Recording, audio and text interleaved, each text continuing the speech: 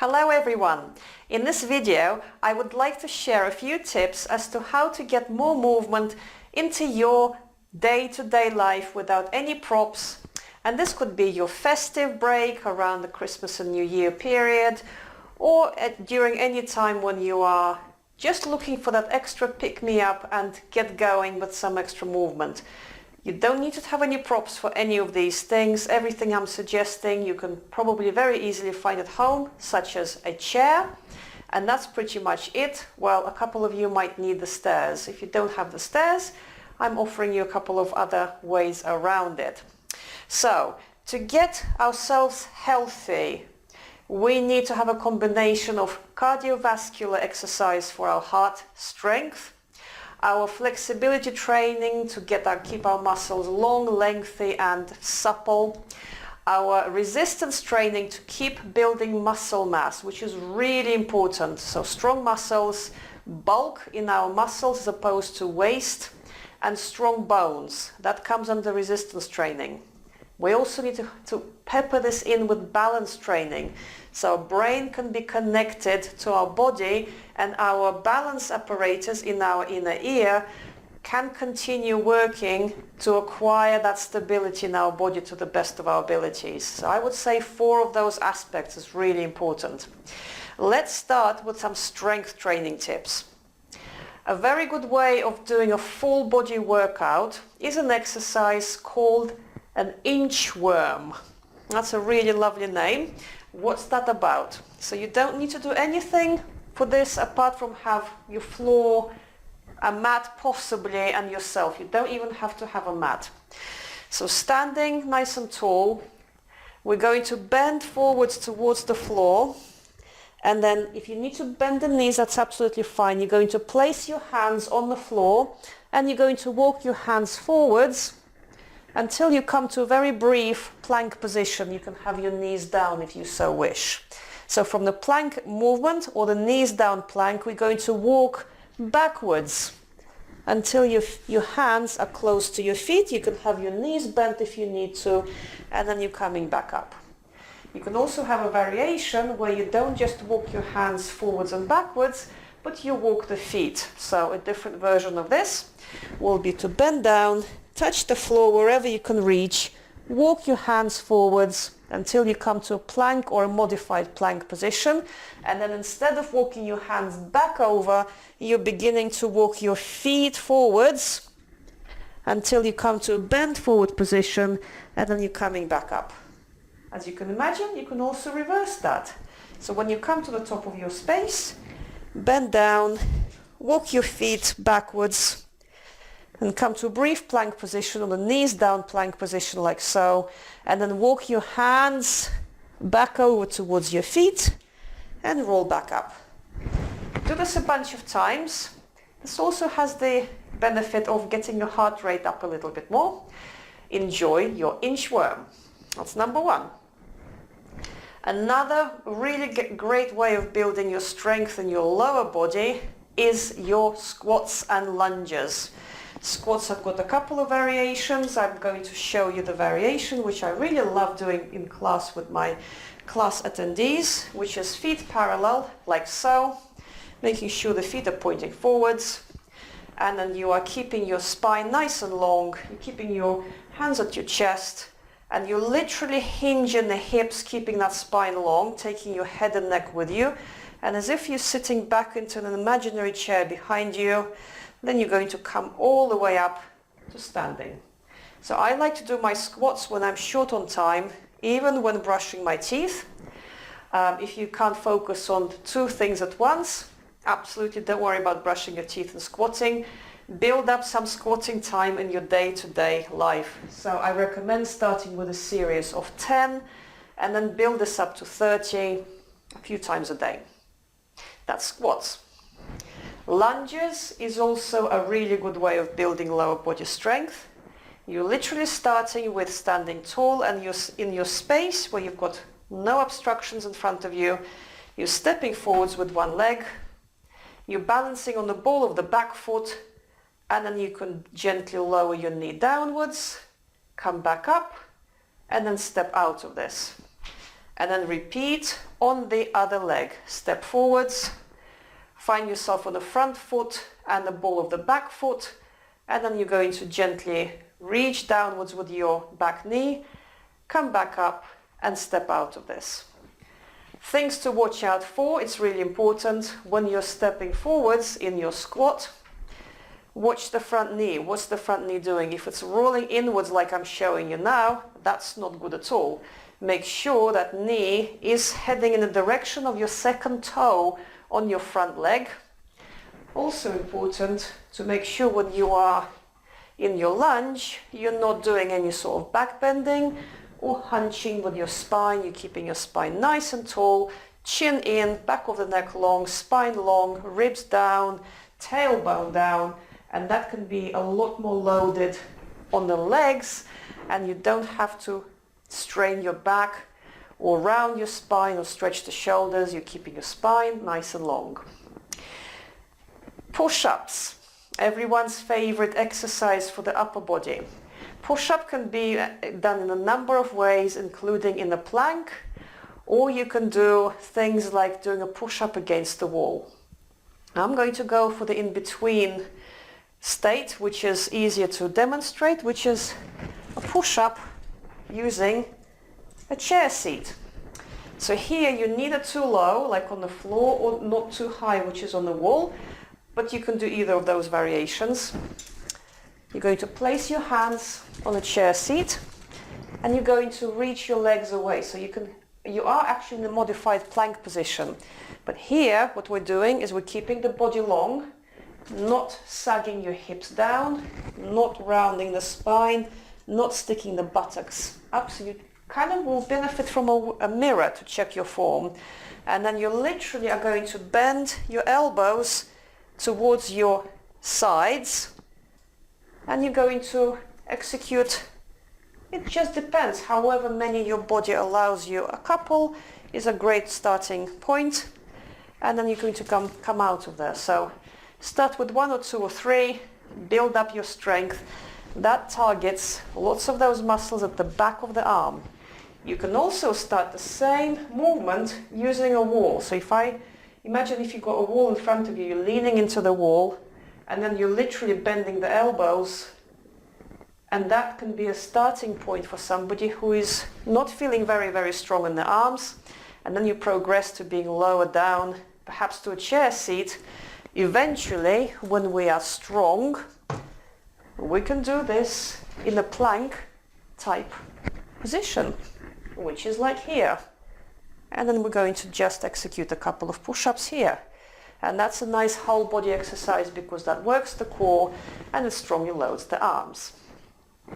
Last one for your arms.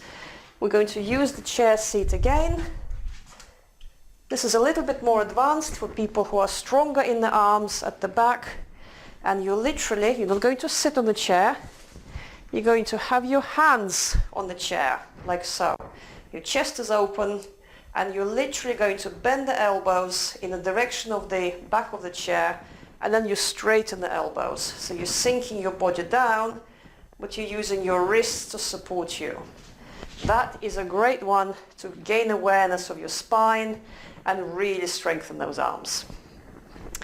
So that's a few exercises for your strength training. For your cardio training, where do we even start?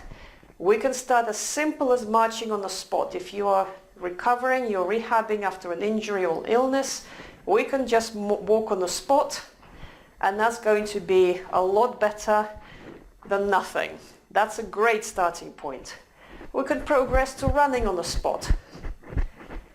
Then, lots of people know about an exercise called a star jump, which is literally, you can start by jumping and you're going to incorporate your arm movements. That gets the heart rate up really quickly. If you're not sure, start with 3 or 5, see how your system responds, build up to a little bit more. You need to be out of breath and increasing your heart rate to gain the benefit from this. So see how that goes for you. You can do lots of other things, such as, for more advanced people, walking lunge. So you know how we do the lunge. We step forwards and then you literally go downwards, upwards. You step forwards again and you're going downwards and upwards. Walk up and down your space in the garden, on the patio, in the hallway of your wonderful house. Do some lunges. If you had some weights, you can even hold the weights in those arms to make it more loaded, to increase the resistance and input into your body's muscles and bones. That's going to be a great addition. Finally, you can do some exercises for the lateral sides of your body. So effectively, you're going to step sideways into side lunge, step up, and then return and step back up.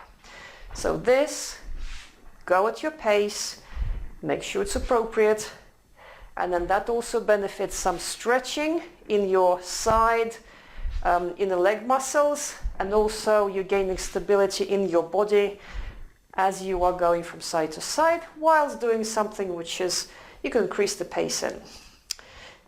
So we've done some strength, we've done some cardio suggestions, a couple more to go. Flexibility. This is obviously a huge subject, but given where we are in the house, you can do so much just by walking through the rooms. Have a door frame. I can't show you this because I haven't got a door frame here, but if you have a door frame, grab the door frame with your fingers and pretend you're a monkey and allow yourself to hang off that door frame. Just imagine I'm sitting down.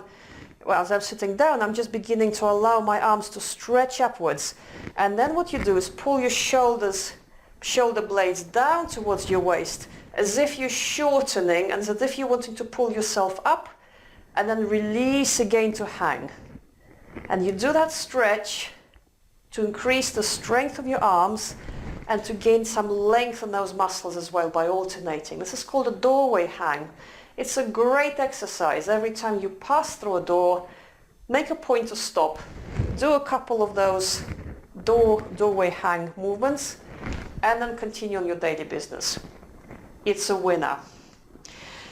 You can do so much more with this. You can do a chest stretch using a door frame, literally hold on to the side of the door frame and lengthen your arm and then do the other side. Just allowing that inside of your arm to really stretch and widen, and just do some arm circles afterwards. You can, away as well as that, you can do some wide-legged squats to really open the inner thighs, which is, we did a lateral shuffle, which also is quite helpful for that. You can place your feet in a wide angled position, so with the toes out a little bit, and then you're sitting back into a squat, pressing the knees wide open, and you straighten back up. People who come to my classes will know that this is an exercise that goes from the yoga tradition, which is called goddess.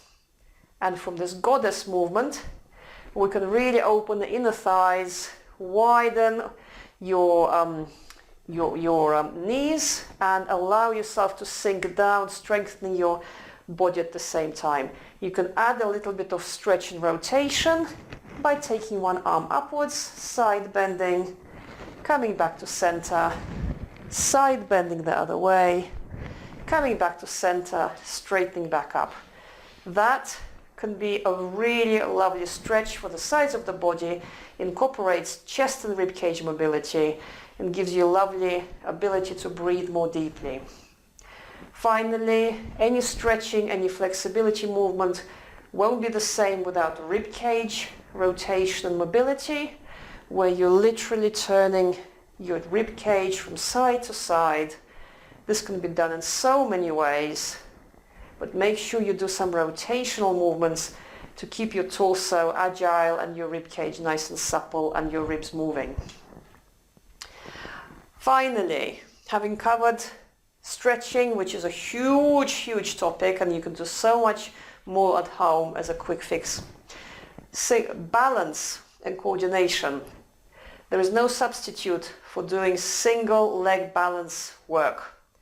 Literally standing on one foot, lifting the other knee up, and coming back to center and doing the same on the other side. Exploring the differences from one side to another is absolutely invaluable. And if we realize that we're more stable on one side, it's always a question, why is that? So is it the question of one leg being a little bit in need of more TLC? Maybe you're nursing an ankle injury, maybe you had an ankle sprain that's never been rehabbed in the past. Maybe the whole side of the body isn't quite as stable. For example, there's some surgery that happened somewhere. Great questions to ponder as you explore that stability aspect of standing on one leg. I would like to finish this by giving you a movement to coordinate your whole body, if you like. It's really simple, but it's really powerful. It's called a cross-body walk. A cross-body walk is literally exactly what it is. You start marching on a spot, and when you march on a spot, you bring the opposite fingertips, hand, to the knee. So you're doing that, which is the way we walk, but you might be surprised to learn that this has deep brain benefits.